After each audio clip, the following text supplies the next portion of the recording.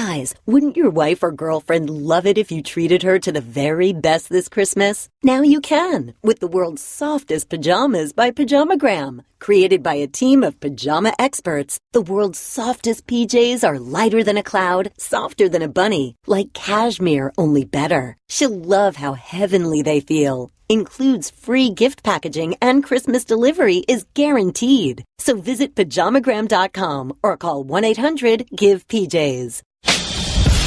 This is the Locker Room Podcast. It is the Locker Room here on ESPN Radio and the ESPN app. I am Kirk Morrison. He is Geoff Blum. Am I saying that right? Or Bloom? Am I doing that right, Jeff? Blum like plum. Blum like plum. See, I keep messing it up. It's like Bloom and it's Blum. See, that's why we have these discussions off the air rather than have them on the air. Geoff Blum joining me. We're on Twitter as well, at Kirk Morrison. He's at Blummer27, BLUMMER27. 888-SAY-ESPN is our number, 888-729-3776. Tonight, Major League Baseball had its 2017 Major League Baseball Little League Classic as the St. Louis Cardinals took on the Pittsburgh Pirates. But the game didn't take place in Pittsburgh. This game took place at historic Bowman Field, okay, the BB&T Baseball Park, the historic field. Not a Little League stadium, but it was Little League-esque, as it was a very cozy venue, something in which I felt that I don't know if I could have done it as a former NFL football player playing in a little tiny Pop Warner stadium. But tonight, the major leaguers went out there and they put on a performance in front of the world, but also in front of Little League Baseball players throughout the stadium. And it got me to thinking, Jeff, what that experience must have felt like for those little leaguers. And then it got me just thinking just my little league days in general and how cool it would have been to watch a Major League Baseball team play in a venue in which I share or will be sharing in the coming years. It had to be incredible. I know it's great for the ball players because we always relate spring training to be one of those cozy confines that we play at in spring training where you've got 10,000 people showing up, but right. They have an opportunity to go to Williamsport. So these kids in this all-star venue at Williamsport are staying in, hotels together, and literally across the street they get to go watch a big league ball game with some of the guys that they are idolizing, some of these guys are emulating, because that's what I remember as a kid is trying to swing like a Kirk Gibson or trying to swing like some of these guys from the local teams that I grew up watching. So for these kids to be able to sit there with their families and watch these guys that they idolize just be 50, 60 feet away from these guys is what's got to be incredible, because if you're watching these guys in a big league stadium, you're so far back that you don't really get that intimate feel. So these kids now get to be within reach and hollering range of seeing these guys, and it's even better for the players, I think, to be in front of these kids and really try and set an example. Yeah, for me, Jeff, the first thing that came to mind as I'm watching this game, first of all, how cool it was, but it got me thinking back because I played 8 years in National Football League, and football was kind of what my body told me, hey, you got to play football. But my first love was baseball, and I started playing Little League at the age of 6. It started with T-ball. Then I went up to the minors and the majors, and then finally got to, throwing from 90 feet, to the bases, 60 feet as a pitcher. And the first thought that came to mind watching this game was when I got a chance to meet Carney Lansford and Ricky Henderson, because I grew up in the Bay Area. Even though I'm a Giants fan, I grew up in Oakland where I watched A's games. I went to the A's games, and I was just remembering those times. Like, I had a flashback tonight, Jeff. I had a flashback of watching this baseball game between the Pirates and Cardinals. As the Pirates, they did win 6-3 over the Cardinals tonight. I was watching the game, and it brought me back to when I met Ricky Henderson, when I met Carney Lansford. This is the old school Oakland Athletics, with Mark McGuire and Jose Canseco. And I remember how I wanted to be just like them. And I noticed, he wore his socks or his stirrups the same way I did, or he tucked his jersey similar to me, or he wore an undershirt like me. He wore a batting glove, and he put them in his right pocket. I wanted to do everything like the major leaguers. So that's what I was reminded of last night. Those guys got a chance to watch them in their routine, how they approach the plate, how they, jog out to the outfield, their warm-up routines. Like, I learned so much from just meeting and watching and studying that.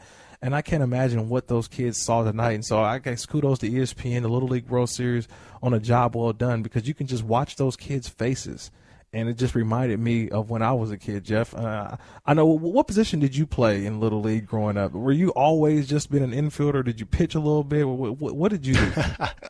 I came up as a shortstop, and I played in the middle of the field. Usually on those teams, that some of the more athletic kids play up the middle just because there's more consistent action up the middle. And I did pitch, and I was 12 years old. I remember it to this day, and I tell the story all the time, is that I remember sitting on the mound at 12 years old. I fired a pitch in there, and this dude took me deep, took me way back. And I turned around. That ball landed a good, what felt like 350 feet away. And I turned around, and my dad was the coach at the time, and I got back to the dugout, and I said, well, that's the last time I'm going to be doing that. I wanted to be the guy hitting it out of the ballpark, not giving it up. That's always, at least your dad was giving you encouragement. You know what I mean? Like, for me, Well, he looked at me and he said, yeah, maybe you're right. Because I gave up the bomb. My dad never, he was the dad that was always, I could never see him at the games. I was like, where was my dad? But he always knew what I was doing. He was one of those where I couldn't see him, but I knew he was there. And so when I struck out, I kept looking for him. I could never find him. But then after, he was like, why'd you swing at that pitch? You know he was going to throw you a curve on 0-2. You know what I mean? He was one of them, like, how'd you see that? Like, but, it was always fun because I was learning the game. And I always learned the game from the older guys that played, whether it was the major leaguers or when I used to go to college games as well when I was in Little League. I always used to mimic and watch the guys, and I wanted to be like them. So I get it when you look at Giancarlo Stanton right now, how he's just hitting the ball just out of the ballpark every single game, or even Aaron Judge, the new bright star, Cody Bellinger here in Los Angeles. These young stars now are, I think, changing the way that I think the little leaguers are viewing baseball. It seems that baseball is having more fun. I don't know where you sit on this, Geoff, but I like seeing the home runs. I think it's more to do with the pitching, but watching the ball fly to the ballpark each and every night. I think we had a record the other night, like 50-something home runs in a day, because guys now just are turning on these fastballs, and it's more exciting because the games can change at just one swing of the bat. No, absolutely, and I agree with you in the sense that there's good young talent coming up. I know that the dynamic of contracts has changed, and the Major League minimum coming up a little bit has kind of forced some of those, the older mediocre guys out of the game. Therefore, you're getting some of this better young talent at the big league level. But I agree with you in the sense that you get to see guys like Giancarlo Stanton, who's an absolute monster and a freak of nature who is able to hit absolute laser beams out of the ballpark. You've got Aaron Judge, 6'7", behemoth of a human being going out there and destroying baseballs. And the guys that you have the luxury of watching on the West Coast, young, coming out, making their mark on the game immediately. But what's special to me about baseball is that you've got these guys who are physically gifted, and then I get to watch on a daily basis a guy like Jose Altuve. He might be 5'6". So that's a guy that's going out and doing similar things. He's going for an MVP, driving the ball out of the ballpark at 5'6". So I think it's a real credit to the talent of these guys. And I agree with you that the game has changed. Home runs are okay. 2-strike approaches, that's no longer an issue. It's all or nothing these days. And the diluted pitching, you're finding guys that throw hard, but they're leaving pitches out over the plate, and these guys are good enough to barrel it up if it's 98. Well, Geoff, I'm telling you, they've got my eyeballs now glued. And as it starts to get into that time where we're getting close to September, where the real nitty-gritty of baseball, that you're a contender or a pretender, we will be watching. I know definitely I will keep my eyes going, even with football coming up. But still, though, there's this one thing, though, Geoff, I got to tell you about. The NBA. It's creeping back in to a point where Magic versus Bird again. Can you think about that? Yeah, good Magic times. versus Bird. I'll explain that here on The Locker Room on ESPN Radio. This is The Locker Room on ESPN Radio and the ESPN app. I'm Kirk Morrison. He's Geoff Blum, at Kirk Morrison on Twitter, at Blummer27. It's time for Straight Talk, brought to you by Straight Talk Wireless. Best phones, best networks, no contracts. Here on ESPN Radio. Geoff Blum, we just got to get right into it. There's been a lot going on over the last couple of weeks when it comes to the NBA. The big talk has been about Kyrie Irving and LeBron James, the possible split that's going on in Cleveland. But there's a new story that's come out, and the story being reported by our own Ramona Shelburne and Adrian Wojnarowski, that there's been some tampering going on by the Los Angeles Lakers. It's come to be that this first reported that the Indiana Pacers have said and have went to the NBA citing that they feel that Magic Johnson, who is now the president of operations with the Los Angeles Lakers, they feel that he is in improper tampering or a probe into tampering with Paul George, the four-time All-Star who was formerly of the Indiana Pacers, now with the Oklahoma City Thunder. But they felt that there was possible tampering by Magic Johnson in a time period that could have affected what Paul George may have done, whether in his trade or possible free agency, which is pending next season. This is what's out there. The one thing that I said about this, Geoff, is it's Magic versus Bird all over again. Now, Larry Bird, who's formerly the president of operations with the Indiana Pacers, no longer now just a consultant and a scout with the Pacers. Kevin Pritchard takes over that role. But my first thoughts on this is this Magic versus Bird all over again? I mean, is it an unwritten rule, sort of like baseball, Geoff, where there's no tattletelling on each other? I mean, in today's NBA, I'll throw this at you. In today's NBA, I feel like everybody's tampering now because those questions are presented to these players every time they go out in the public's eye. So how could there really be tampering, Geoff? That's an excellent question. I'm glad we're not the ones that are, in charge of trying to figure that out, because you're going to find it. It's just a matter of whether or not you can prove it or how they're going to, at what level they're going to say the tampering is, because I'm with you in the sense, and you've been around long enough in professional sports, not only playing but watching, listening, and looking at things. This goes on. This is how teams project in their future. There's not one team in the NFL, MLB, NBA that just looks at the current season. They are looking at who's on the horizon, who's out there in free agency, and they're always, poking and prodding, trying to figure out, feel guys out, see who might be available, who might be interested. It may not get down to numbers, but if there's interest there's definitely going to be tampering involved, because one side wants one player, and in this case, Paul George is a California kid, Fresno State guy that wants to come back to the West Coast possibly, and be in the limelight in L.A. He's going to turn around, and I tell you what, I'm going to turn around. If Magic Johnson taps me on the shoulder, I'm going to turn around and have a conversation. Yeah, I'm glad you brought that up, because it's already noted Paul George lives in Los Angeles in the offseason. He's an LA kid, like you mentioned, grew up in California. I believe probably even grew up a Lakers fan. And if Magic Johnson taps me on the shoulder, like you just said, or if he even calls me, or if I see Magic Johnson, I'm going to want to talk to him. And it may not be, and this is where I think now, this is where Magic Johnson being the president of operations I won't say it may hurt the Los Angeles Lakers, but for players who want to gain some of the knowledge of a guy, we're talking about a Hall of Famer, one of the greatest players to play in the NBA.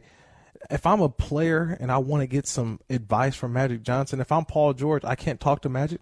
I can't go up and say, hey, Magic, man, you know what? When you had to play, center when Kareem was hurt in that one NBA Finals against the Celtics that time. How did you do it? What did you? What's the interactions now? Is Magic Johnson not allowed to talk to anyone as we start to get more and more information on what possibly could have happened? Now, the Lakers are denying this right now. They feel that they will be cleared of this pretty soon after all the information's out there, that there was nothing, they said, on their end that they have to worry about. But it just goes to show for me is that what is that line now, Geoff? What is that line now for a guy like Magic Johnson who played so many years in the NBA, everything that he does, it seems to be a success that goes behind it. And if he did have a conversation with Paul George, maybe it wasn't about football. I mean, it wasn't about basketball. Maybe it was about, something maybe different. Maybe about the Dodgers. Yeah, it could have been about football. It could have been about baseball. It could have been here's a guy who's from L.A., and if he contacts or is in contact with Magic Johnson, it may not be about basketball. Mm-hmm. So what is that fine line, too? Because, you're a former Major League Baseball player. You played many years. You won a World Series. You know how it is when it comes to possible tampering. There has to be those relationships that you've had as a Major League Baseball player that a guy may be with another organization. And you know what? I know that guy, but he can't reach out to you even though you guys are friends because that may be considered tampering. Have you ever seen that before in baseball? Oh yeah. We see it all the time, and it's crazy that this situation particularly might come down to the fact that Magic Johnson has a job title and therefore infringes on his ability to have that conversation that you're talking about, right? Which I think is it's tough, it's ludicrous, and it's kind of nitpicky. But I've been in situations myself where I'm at the end of a contract with a particular team, and I have had a former GM who I played with previously in my career, in the middle part of my career. I'm at the tail end of my career, and I'm coming up on a contract that's about to end. And I tell you what, if that number or that text message comes across and I recognize the name, and in this situation, I actually had an extremely good relationship with this general manager who once traded me away, brought me back because he promised he would. So there's a connection there. And, after I got traded away, we became very good friends, Southern California guys. And I got a call before the end of the season asking what my contract status was. I said, here, I laid it out for him, and he promptly told me, when the season's over and that free agency window opens up, he goes, expect a call from me. And I said, man, I'd love nothing more to play with you again, if I was being brutally honest. So it definitely happens, but it's a shame that you can't have a conversation, or immediately this day and age you jump to the assumption that it's immediately tampering because one guy is high up in an organization and the other guy having the conversation is obviously a superstar that's going to be coveted in free agency.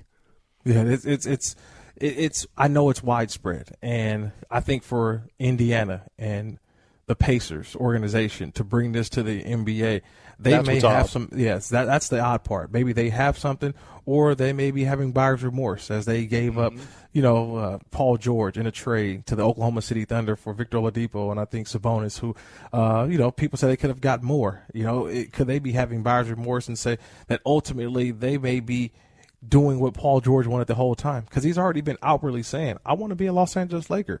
I want to be a Laker. I want to play in my hometown team. He said it that before. Doesn't help either, does it? Yeah. It's like, but, I don't know what that does now. What does that do now? Because if he does become a Laker after this season, because this is the question that has already been presented to him. What happens in the summer of 2018 when he's eligible for a free agent? He's eligible for free agency.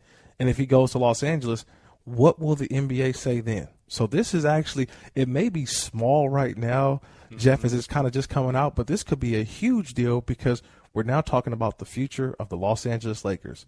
And how are you going to surround the talent around Lonzo Ball, then possibly a guy who we're going to get into in this program, a LeBron James possibly coming on over to the Los Angeles Lakers. It's a ton to get to, man. And we're throwing that question out to you guys as well. Are we upset at the Indiana Pacers for playing tattletale on the Los Angeles Lakers? 888-SAY-ESPN. It's 888-729-3776. That was Straight Talk Wireless, by the way, nationwide coverage on America's largest and most dependable 4G LTE networks. You know what? I kind of want to stick with that a little bit, Geoff. I really do, because it's about building teams, and we're watching the NFL right now in training camp as they're building their teams to get ready for the regular season. The NBA there's still some pieces, a possible trade by Kyrie Irving, Cleveland, or will he patch things up with LeBron James?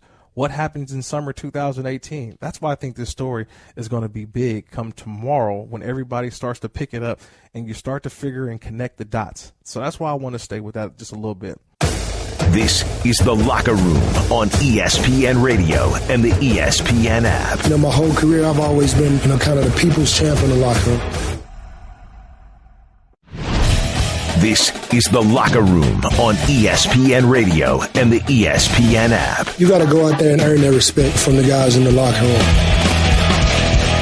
Yeah, it's The Locker Room here on ESPN Radio and the ESPN app. I'm Kirk Morrison, 8-year NFL veteran. He is Geoff Blum, and he is a 14-year Major League Baseball player and World Series champion back in 2005. Wow, so that's the year I came into the NFL, man. So you played before and after I got out of the league because you're just that good, Geoff. But anyway, 888-SAY-ESPN. That's 888-729-3776. Nothing makes a summer birthday or anniversary more magical than 1-800-Flowers.com. Right now, when you order a dozen multicolored roses for only $29.99, you'll get another dozen absolutely free. Go to 1-800-Flowers.com. ESPN. It's been kind of gaining steam a little bit, Geoff, over the last couple minutes we've been talking about it. But there's the story that's just been circulating right now. Our own Ramona Shelburne, Adrian Wojnarowski, both reporting that the NBA is going to look into probe in an investigation as far as the Los Angeles Lakers and Magic Johnson, their president of operations, tampering with Paul George while he was an Indiana Pacer. That is what Indiana is. The Pacers have brought to the NBA's attention. The NBA feel that they will take a look at it. The Lakers are saying right now they deny any of this that's going on. They feel that they will be cleared, but I feel that there's some more layers to this. This whole entire situation right now, Geoff. I feel that first of all, you have Magic Johnson, who was one of the most decorated players in NBA history, who now goes from being just a public figure to now being an executive in an organization that players can't talk to Magic Johnson anymore. I mean, he lives in Los Angeles. I can tell you this. I live in L.A., Geoff.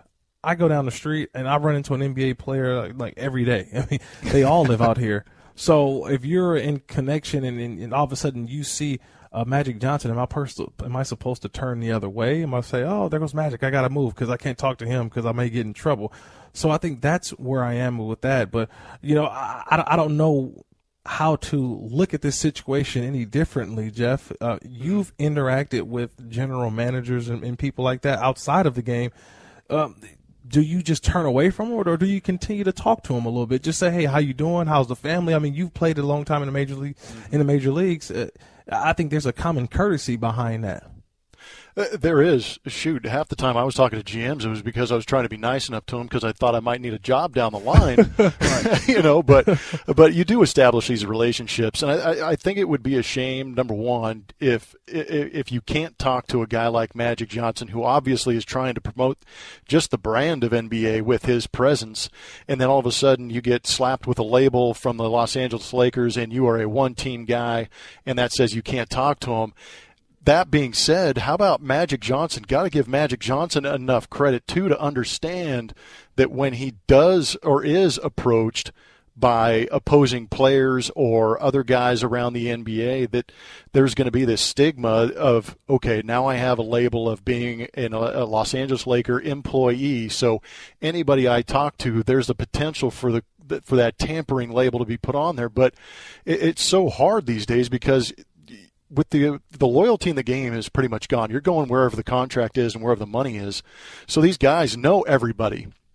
I know plenty of GMs that I talk to in off seasons because I was trying to get jobs. You don't know how the future is going to unfold. So I'm giving that Magic Johnson some credit in the sense that he understands what the rules are. And maybe this was just a conversation between two elite NBA players, one ex and one current. Right. Yeah, see, on the NFL side, if I was a current player and here I am and I live in, just say I live somewhere, like Los Angeles or something, or I'll throw Denver. I live in Denver, and John Elway, who's, the president of operations with the Denver Broncos, NFL Hall of Famer, Pro Football Hall of Famer, I see him, I would want to just talk to him. I could be a current free agent, but I would just want to talk to him.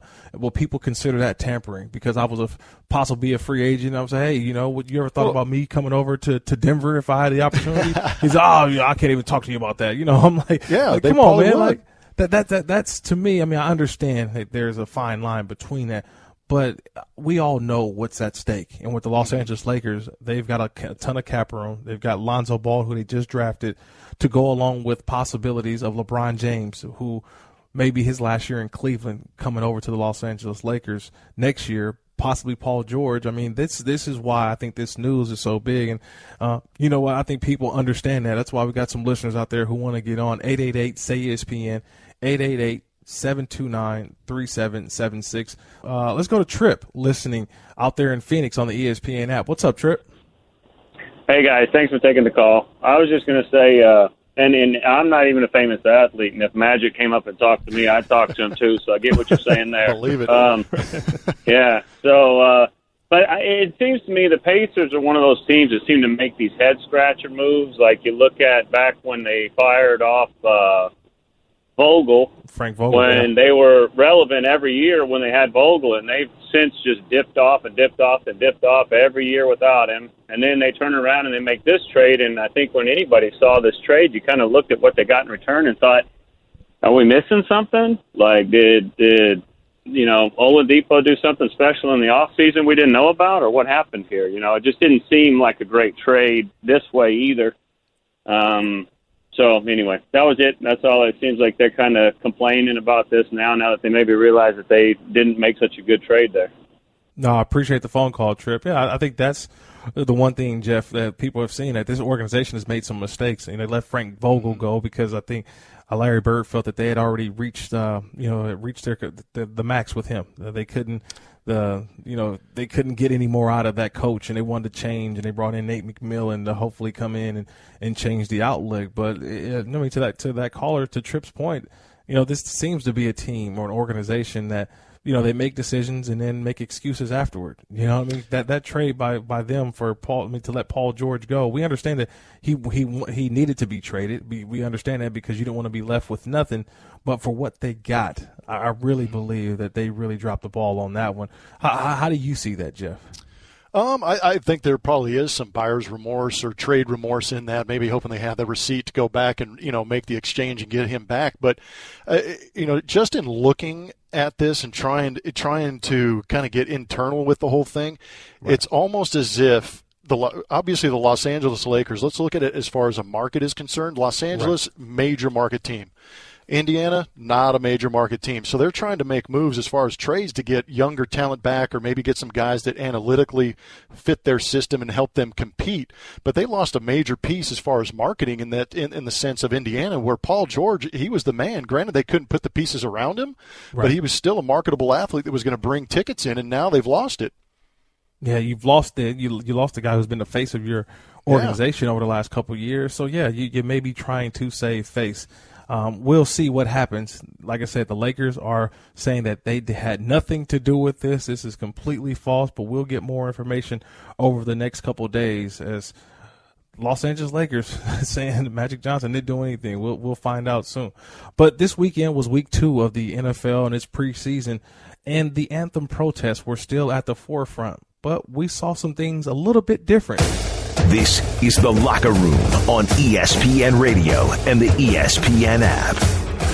I'm Kirk Morrison. He is Geoff Blum. Reach us on Twitter at Kirk Morrison, at Blummer27 on Twitter. Also reach us at ESPN Radio. Don't forget, ESPN Radio is presented by Progressive Insurance. Now you can test drive Snapshot, even if you have insurance with another company. See how much you can save before you switch your car insurance. This week has been a week, Geoff, in which week 2 of the preseason National Football League training camps are coming to an end as far as the actual campsites. Teams are now going back to their home facilities. We are entering, starting tomorrow after the preseason game, tomorrow night on ESPN. Everybody's going to be in what we call game week mode, meaning that preseason week 3 is kind of like the dress rehearsal. The dress rehearsal for everyone to go through a actual game week, what it's like as far as preparation, game planning, and you really throw out the guys who you really think are going to be on your team and give them some extended playing time. So that's what the preseason has really been about and what it's supposed to be about this week. But we've seen something else. We've seen anthem protests, guys who have sat for the national anthem and some who have stood but rose have had a fist in the air. But this past week, though, Geoff, has been a little bit different because we're starting to see more guys step up. Not the guys who we've seen already taking a seat. We've seen Michael Bennett sit down for the national anthem. We've seen Marshawn Lynch, who says that his sitting down during the anthem is not of a protest. But this week, for the first time, we saw it Thursday night, we saw it Friday night, Saturday we saw another form of solidarity as well. But we're starting to see white players now join in with some of the black players, not necessarily sitting down, but showing their support. Thursday night, Malcolm Jenkins, safety for the Philadelphia Eagles, he stood, bowed his head, and had a fist raised. And his teammate, Chris Long, son of Howie Long, the Hall of Famer, put his arm around Malcolm Jenkins and said after the game, I'm doing this to show him I support him and I'm here to help him in any way that I can. Friday night, we saw Justin Britt, the offensive lineman for the Seattle Seahawks, stood and put his arm on the shoulder of Michael Bennett, the defensive tackle of the Seattle Seahawks. He said he wants to be more informed and be able to help out and say, hey, I've got your back. And then Derek Carr of the Oakland Raiders last night with Khalil Mack. Both guys, Derek Carr white, Khalil Mack black, both these guys stood and really embraced each other while the national anthem played to show. And after the game, they said they were showing that two guys from different parts of the country, different races, can come together and show what love is all about.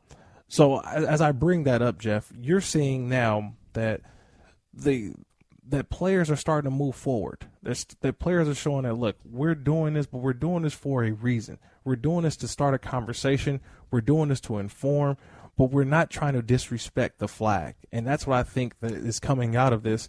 And Herm Edwards had a little bit to say about this week. ESPN NFL analyst Herm Edwards. Here's a little bit on what Herm Edwards had to say just about the protests and how guys should handle this going forward. You have a conversation. You respect each other for who they are individually. And collectively, you have to come together so you can have success. Yeah. That's what, for me, sports brings.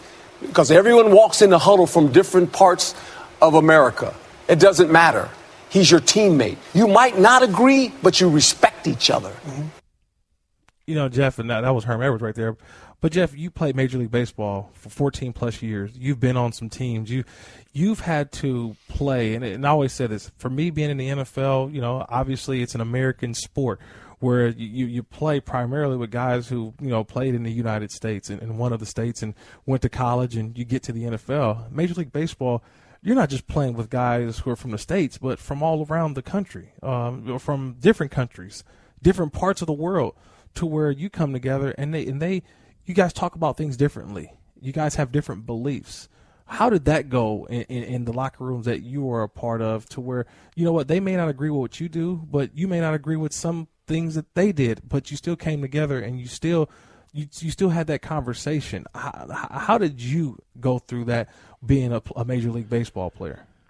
Well, first of all, I am thankful for sport in the sense that it put me on teams with people from other parts of the neighborhood. It put me on teams with people who didn't have the same skin color or the same upbringing. So it allowed me an opportunity to be exposed to a lot more when I was a younger kid. And obviously, like you said, once you start moving up the ranks, you start playing a little bit more of a broader game. And especially in baseball, you're gonna find the African Americans, you're gonna find the Latin Americans who have a very strong influence, the Japanese players that come over from Japan to play in some of these leagues.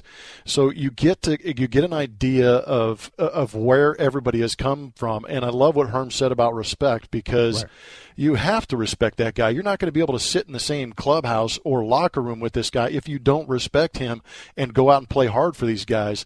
So I'm thankful in the sense that that baseball and sport has brought me a smaller community and kind of put me in that situation where I had to be exposed to that. And now I'm thankful for it because I've got friends across the globe, across every race, and it's been great. But I also like the fact that these guys like Justin Britt and Derek Carr and Chris Long from Philadelphia. I love that these guys are taking the opportunity. They may not have that huge platform as far as a politician to reach across the country, but these guys in our small little micro societies that we live in sport are taking an opportunity. I love Justin Britt said he wants to learn more. He wants to have that discussion. And I love that these guys are saying the word discussion, because even though they don't understand it, they want to know more, and that will help them respect what these guys are doing. But the solidarity is what I truly appreciate, and the example that athletes have on the platform that they do blows my mind. And I can't say how thankful I am for these guys taking the opportunity to really reach across and show support, even though they may not necessarily believe enough to get down on a knee or raise a fist. They believe enough to stand beside the man and respect his opinion. Yeah, I absolutely agree. Here, it's the Locker Room. Kirk Morrison, Geoff Blum here on ESPN Radio. And Geoff, I think you said it perfectly. It's you respect each other. You have that conversation, but you respect each other. I think for me being in locker rooms and with different players, I learned so much though. I've learned from, a guy who grew up, in the South or grew up on the East Coast. Myself, I grew up in California. I grew up in the Bay Area. You went to University of California at Berkeley. It's different there. Yep. It seems like there's a protest every 5 minutes. About anything, about the crosswalk not being timed right. It's just everybody had their opinion, but it was to a point where you heard people out. People protest for different reasons, and you want to understand it more. You want to figure out, okay, what are you protesting about? I want to learn more so that I can help out. And I think this is where I look at the NFL and some of its players now are watching these protests and saying, okay, I want to do more, but I don't want to take away from the game. I don't want to take away from and be a distraction, because I think that's ultimately what's going on right now, is that some people see as what they're doing as a distraction. Oh, he's disrespecting the flag. He's sitting down. No, I think what they're doing is just trying to get a conversation started, get a understanding of how we can figure out how we can show, each other that, look, it doesn't matter where you're from or what city you grew up in or what part of the country, that we're all in this together, that we all have to love one another and move forward. And I think that's what the just sports in general do that. I've always loved it. I played with the Oakland Raiders for my first 5 years, and I can tell you, Raider fans, they look like, it doesn't matter your skin color, your age, your demographic, gender, it doesn't matter. Everybody cheers for their team, and that's why I always think that sports is that little bit of a relief, though, Jeff. You know what I mean? Yeah. It's the relief from where we all are united under one flag, the United States of America flag. But when you watch sports, man, we all love our team and we cheer for our team. And, if you have our color jersey on, man, you're high-fiving. I've been to places where I've seen people that didn't know. I had a story once. I was going to a game and we all got rerouted on a plane. I was going up to Oakland when I was in college. We got rerouted on a plane, right, Jeff? Mm-hmm. And we had to fly into Sacramento to get to an Oakland Raider, the 2003 AFC Championship game, getting ready for the Super Bowl. And I was like, I'm not going to miss this game. Well, it was fog, so we got fogged in. And I'm like, man, what are we going to do? They said, well, we can reroute you to Sacramento. I was like, all right.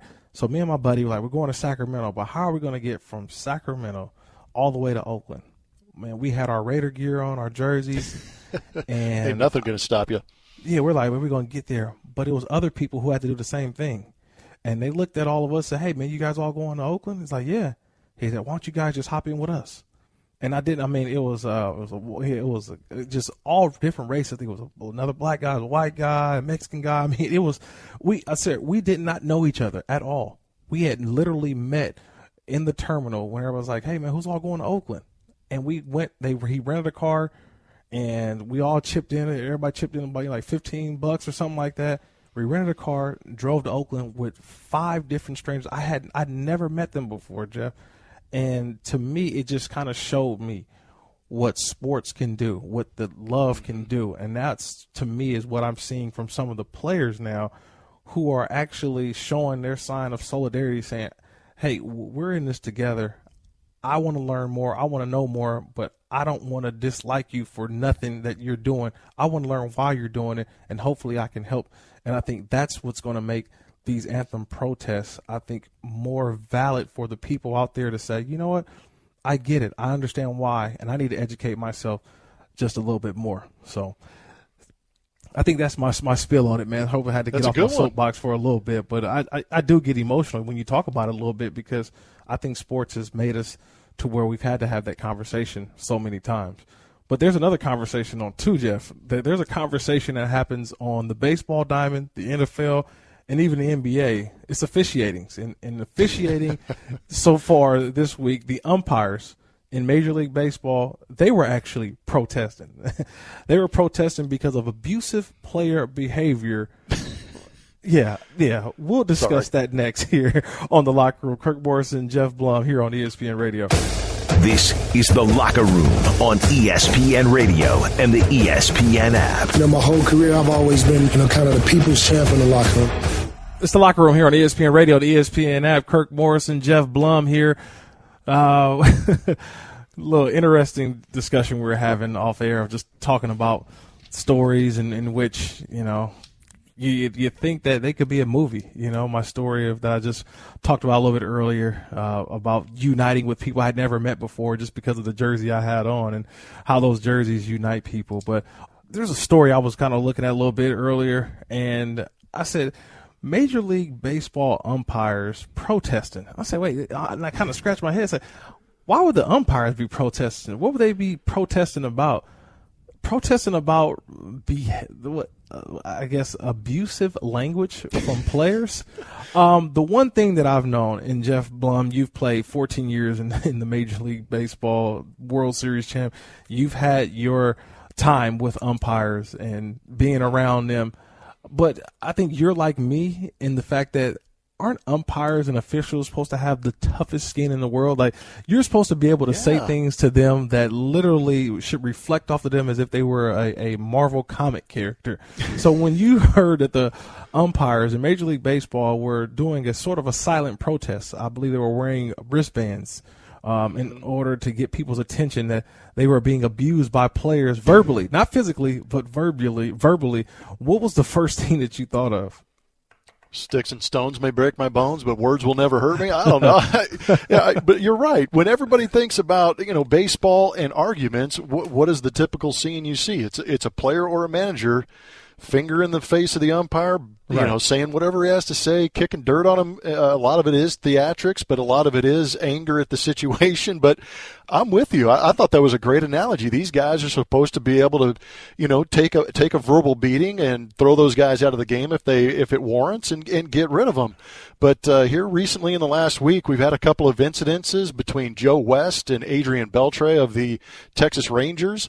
And then most recently, probably the most vocalized one, and I think the one that really spurred the white wristbands for these umpires, was Ian Kinsler of the Detroit Tigers arguing with Angel Hernandez. And those baseball fans that are out there that watch a ton of baseball understand that there are a couple of names that do pop up when you have bad officiating. And one of them is Angel Hernandez. And Kinsler's been in the league a while, probably had many interactions with Angel Hernandez, had a couple of choice words, and then eventually it turned into a post-game rant where he was surprised that he didn't know how bad an umpire he was, that he should go find another job, that he's ruining the game, and things like that. And that's where it kind of snowballed into this we're not going to take it anymore mentality from umpires. And, being an athlete, when you're criticized and you're questioned, our reaction is, okay, we're going to go out and play better. We're going to try and do a better job so that we don't get that kind of criticism anymore. And that was kind of my first response is, well, if you don't want the attention, be a better umpire. You won't get the attention because the best umpires in the league, you never hear about them. And I think that's what umpires need to get back to, is calling the game the way it needs to be called. And if you do blow up a call, hey, just admit it, be accountable for it, take the abuse and say, hey, I'll get better next time, and move on. But these guys are getting so sensitive and so turned off by some of these arguments that I was a little shocked to see these guys wear the wristbands, and it only took one day for them to take it off. Well, Geoff, I know I'm sound more, even mind. I mean, kind of level-headed right now and even keel, to say the least. But I did play middle linebacker in the NFL for 8 years. And there has been a point where I've had to literally use some choice words. This is a Disney company. It's so okay. We all have. I can't use them. I can't use them on the air. But I had to use some choice words when it came to some umpires and officials during a game. Whether I was being held or a team was cut blocking me. And I told officials before. I remember one I told him, I said, look, man, you better do something about this because you're not doing your job. And now I got to report you because you're not doing your job and you're getting players hurt. And he was like, no, you're not doing your job. I said, man, he's not doing anything to you. You got to just play. I said, so I kept using some more choice words. And I said, look, if you continue to do this, then I have to thrash this man in a way that I will tell after the game. I will tell them the reason why I hit this man this way was because the umpire would not call it. I was repeatedly being held, and you would make the call. So either you're going to make the call or I'm going to make the call for you.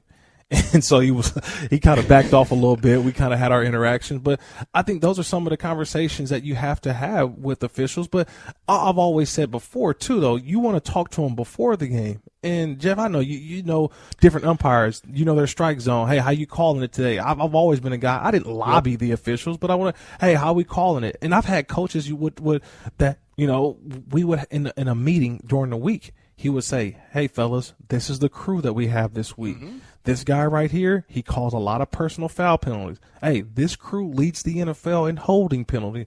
Hey, watch this guy. He's got a quick trigger. So if you say something to him, he's quick to throw a 15-yard flag. So let's control our emotions and go forward.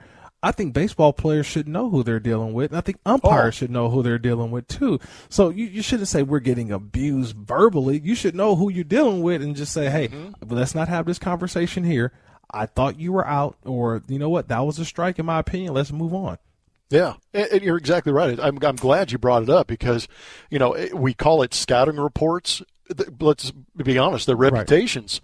Right. And we know these guys true, have short fuses. Mm-hmm. And like you said, you know how to talk to them. And I think you said it great because your first conversation is kind of feeling them out and say, hey, with this guy, your zone's a little wide. Is that the extent of it? And sometimes they fire back, and all of a sudden you got to ratchet up the vernacular a little bit and use those words to get their attention. But what I think why players take exception to bad calls is because those at-bats or those plays that you're talking about may not affect our entire career, but in that moment it affects the outcome of our game. It affects the outcome of my play. Right. So you're having an impact in a negative sense because you're not sticking to what we feel the rules are. At the end of the day, umpires, keep your tough skin. Don't let it just roll off. Yes. Hey, Geoff, appreciate the time, man. This has been The Locker Room. Thanks for listening to The Locker Room Podcast. Make sure to subscribe by clicking the Listen tab on the ESPN app.